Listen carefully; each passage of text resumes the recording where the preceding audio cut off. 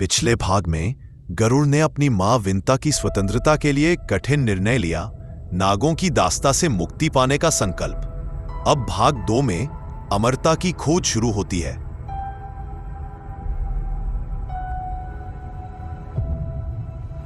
गरुड़ की याचना सुन नागों ने एक कठोर शर्त रखी, लाओ अमृत। वो अमरत्व का अमूल्य अमृत जो केवल देवताओं के स्वर्ग में सुरक्षित है। वो अमृत जिसकी रक्षा खुद इंद्र और अन्य देवगण करते हैं, जिसकी ओर देखना भी मृत्यु को आमंत्रण देने जैसा है।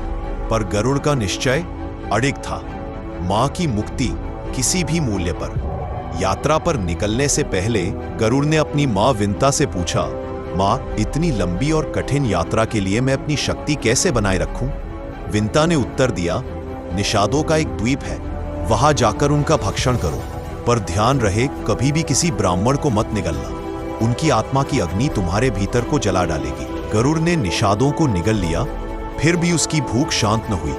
वह पहुंचा अपने पिता महर्षि कश्यप के पास। कश्यप बोले, एक विशाल हाथी और कछुआ है, 2 ऋषि जो शापित हैं, उन्हें खा लो, यही तुम्हारी भूख मिटाएंगे। गरुड़ ने दोनों को निगला। उसकी शक्ति अब असाधारण हो चुकी थी। उसने वल्खिल्य ऋषियों से आशीर्वाद पाया, जिसने उसके शरीर को नहीं, आत्मा को भी दिव्यता से भर दिया। अब गरुड़ ने उड़ान भरी स्वर्ग की ओर।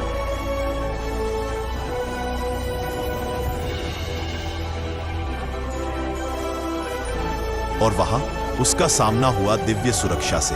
अग्नि की दीवार जो आकाश तक उठती थी, एक जलता हुआ आवरण। अमृत के चारों ओर। गरुड़ ने समुद्र का जल पिया और बुझा दी वह अग्नि अपने संकल्प से। फिर आया एक घूमता हुआ चक्र, धारदार, तेज और रक्षक। गरुड़ ने अपने आकार को संकुचित किया और बिजली सी गति से चक्र के मध्य से निकल गया। अब अंतिम रक्षा, 2 विषैले सर्प। उनकी आंखें मृत्यु की घोषणा थी।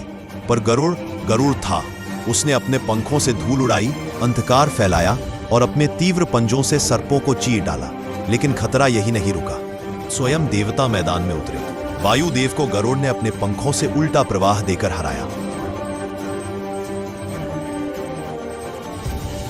गरुड़ अब अमृत तक पहुंच चुका था, पर क्या वो अमृत ले पाएगा?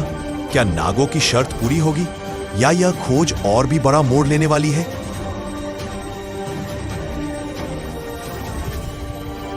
जैसे ही गरुड़ अमृत के साथ स्वर्ग से लौट रहा था, उसका सामना हुआ सृष्टि के पालनहार भगवान विष्णु से।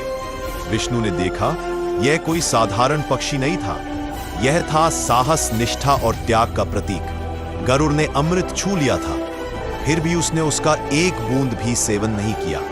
उसने केवल अपनी मां की स्वतंत्रता के लिए यह सब किया था।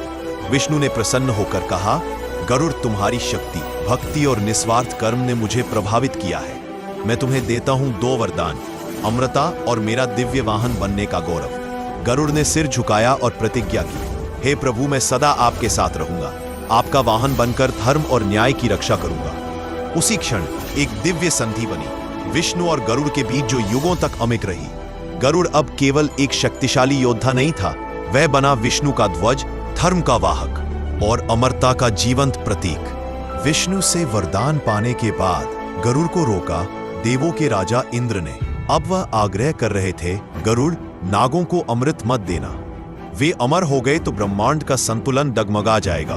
गरुड़ धर्म संकट में था। एक ओर इंद्र की चेतावनी, दूसरी ओर मां से किया गया वचन। तब गरुड़ ने अपनाया चतुर्मार्ग। नागों के पास पहुंचकर उसने अमृत का पात्र उनके सामने रख दिया, अपने वादे को निभाया और अपनी मां को मुक्त किया। लेकिन साथ ही कहा, अमृत पान से पहले तुम्हें शुद्ध स्नान करना होगा, ये पवित्र नियम है। नाग स्नान करने चले गए और तभी इंद्र ने अमृत उठाया, उसे देवताओं के पास लौटा दिया। नाग अमर नहीं हो सके और यही बना शाश्वत संतुलन। जब नाग लौटे, उन्होंने अमृत को नदारद पाया। हताशा में जहां पात्र रखा था, उस कुशा घास को चाटने लगे। परंतु अमरता नहीं मिली, मिली एक सजा। नुकीली पुशा घास ने उनकी जीव 2 हिस्सों में बांट दी। तभी से सभी सर्पों की जीव 2 मुंही हो गई। यही था उनके लालच और अधूरी महत्वाकांक्षा का श्राप। गरुड़ और नागों के बीच बनी एक शाश्वत शत्रुता। लेकिन यह केवल द्वेष नहीं था, यह था ब्रह्मांड की दो विपरीत शक्तियों का संघर्ष, धर्म और अराजकता, प्रकाश और अंधकार।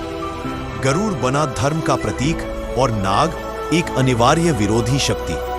दोनों में विरोध था, पर ब्रह्मांड के संतुलन के लिए दोनों की उपस्थिति आवश्यक थी।